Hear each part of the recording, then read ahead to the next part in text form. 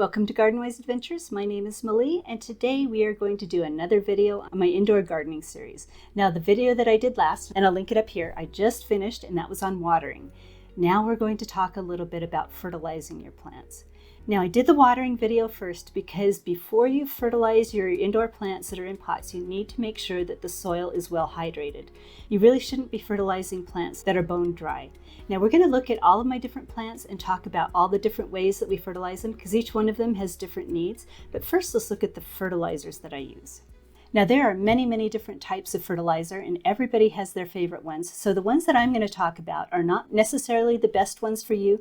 They're just the ones that I prefer the most. Now, the first thing that I do is make sure that my potting soil has fertilizer in it before I plant my plants in it. And I do that for everything except for my seedlings. Seedlings do not need fertilizer until they start developing their true leaves. So my seedling mix does not have fertilizer in it, and my seedlings do not get fertilizer. But when I create my potting soil, and I do create my own potting soils, I make sure to add a good quality compost, a little bit of worm castings, and an organic fertilizer blend. I actually like to use garden tone in my potting soils. That seems to work really well, but it's not going to be enough for your plants. Now, the difference between organic fertilizer and synthetic fertilizer is basically just the format that the fertilizer is in. Organic fertilizer needs to be broken down by microbes into a form that the plants can use.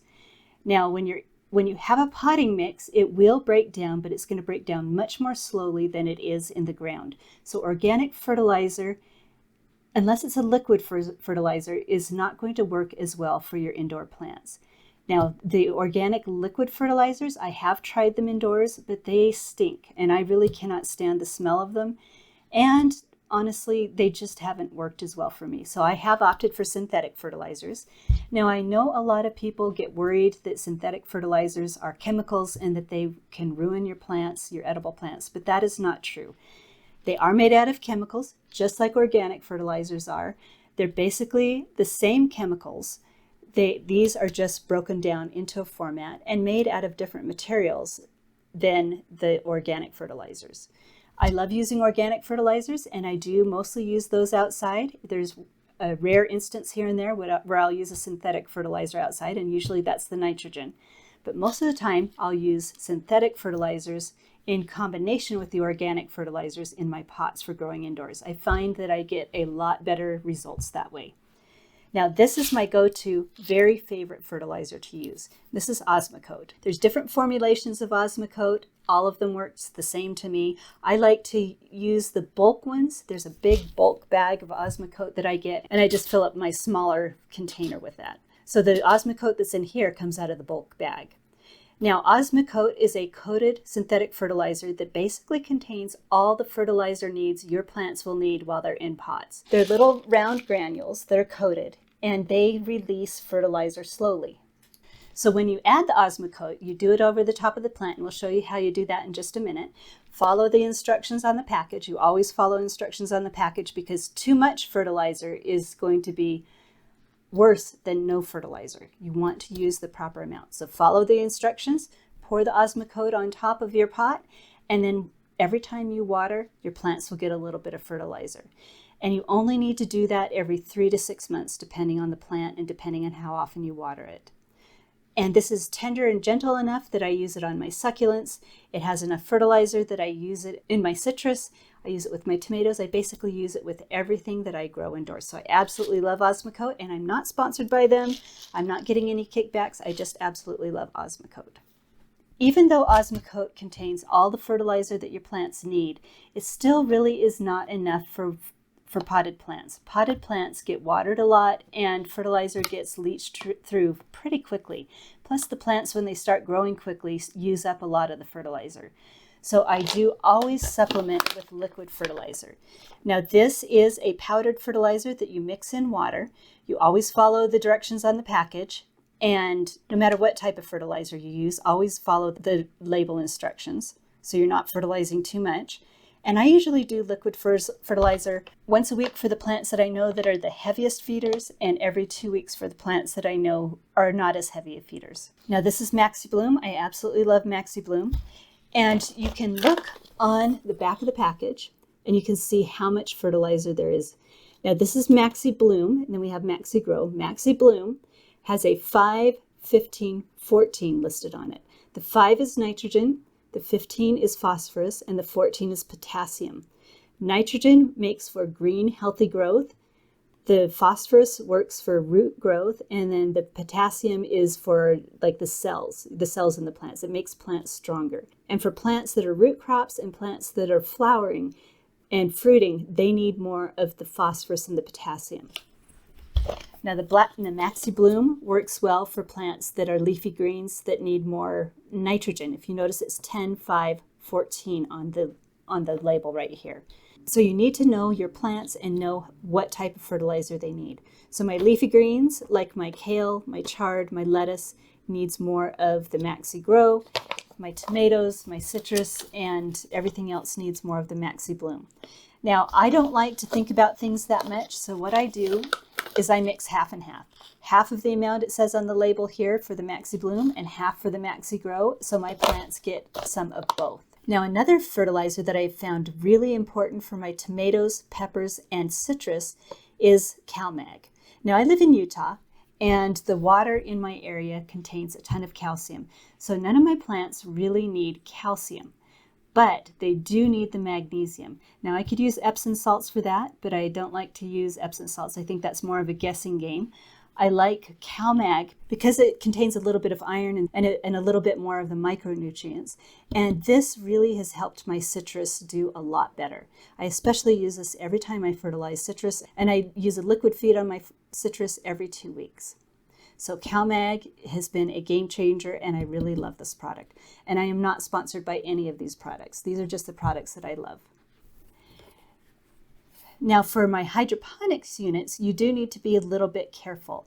Hydroponic units have very specialized nutrient requirements because the plants are basically growing in just water.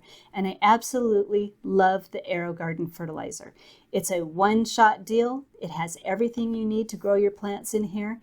It's very easy to use, and the plants do beautifully with it. The only issue with this is that it is a little expensive. Now, there are a lot of other fertilizers that you can use. The Maxi Grow and Maxi Bloom are actually made for hydroponics. So I could use these, but I actually like the convenience rather than mixing the Maxi Bloom and Maxi Grow. I like the convenience of the AeroGarden. Now, if you watch for sales, you can get the AeroGarden fertilizer on good deals and save a lot of money that way by buying several at the same time when they're on a good sale. So now that we've talked about the type of fertilizers I like to use and why I like to use them, let's show you how I use them. Now, the first one we're going to talk about is the Osmocote. Now, I have a bunch of seedlings right here that are going to need to be thinned out and transplanted. Now, I've already done a transplanting video that I'll link above so you can see how I do the transplanting. Once I transplant these, I'm going to pour some Osmocote over the surface of the soil. Now, these plants over here, you can see how the Osmocote has been put over the top, but I'm going to put a little more on the top of this tomato plant because I don't think I did that when I planted that one because that one has not been transplanted. So let me show you how I add the Osmocote to this plant. So I've put a few of the, I don't know what you call these, pearls, granules, whatever they are, put a few of them in my hand, made sure this pot was watered beforehand, and then I just pour a few on the top of the soil. I don't need to mix them in. What's going to happen, I could mix them if I wanted to, but what's going to happen is every time I water, the water's going to soak some of the nutrients out of those little pearls, and they're going to fertilize this plant. And it will be really happy with that. Now we're going to show you how I use my Maxi Bloom, 2 teaspoons per gallon of water. This is a 2-gallon, maybe almost 2.5-gallon container. So we're going to do 2 of these, 2 scoops of these, 2 scoops of Maxi Bloom is what I'm trying to say. Then we're going to do 2 scoops of Maxi Grow. This is another good use for my turkey baster. It actually reaches to the bottom of these pots, and we're going to stir it up. We're going to let it sit a little while so that it can completely incorporate in with the water. And we're going to fill up all my other containers with fertilizer because everything else has been watered and now needs to be fertilized. Now we're going to mix CalMag into one of the containers for the tomatoes, peppers, and citrus. And it says a half a teaspoon to a teaspoon of CalMag per gallon of water. So we're going to add that and see how that looks. Shake it up a little bit. Remember which container I'm putting it in, because not every plant in my grow room needs CalMag. Put it in the container that you can't see. I rinse this out in clean water. Pour that in there. We're going to mix this up and let it sit so that it can incorporate. So while the other containers are sitting with the fertilizer in it, getting ready to use, we're going to show you how we use the hydroponics fertilizer, this AeroGarden hydroponics fertilizer. Now, I love it because it does tell you exactly how much per unit size that you need to add. Now for my 6-pod unit, we're going to need 8 milliliters at startup and every 2 weeks after that. So we're going to shake this up.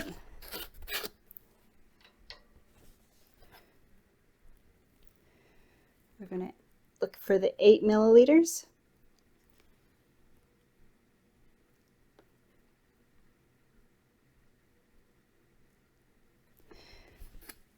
Got 8 milliliters, and then I just pour it in, just like that. And that is fertilized. Now, if I wanted to use Maxi Bloom and Maxi Grow, what I would do is I would mix it up according to the directions on the package, and then every time I filled up my tank, I would fill it up with fertilizer water rather than trying to mix the fertilizer in the tank. The reason for that is because it's a powdered fertilizer. It takes a while to dissolve in water, and you don't want to be clogging up your pump with any of that powdered fertilizer. So now that the fertilizer is mixed, I'm going to water the fertilizer in to my citrus. Now, as I showed you in my previous video, I made sure that the citrus was well watered before I add the fertilizer. And I do that just to make sure that the fertilizer doesn't just completely wash out to the bottom. It stays in the top of the container and is more available to the roots. Now we're going to use the fertilizer that has the CalMag in it. Water all my tomatoes and peppers, and they are getting some really fantastic growth going here.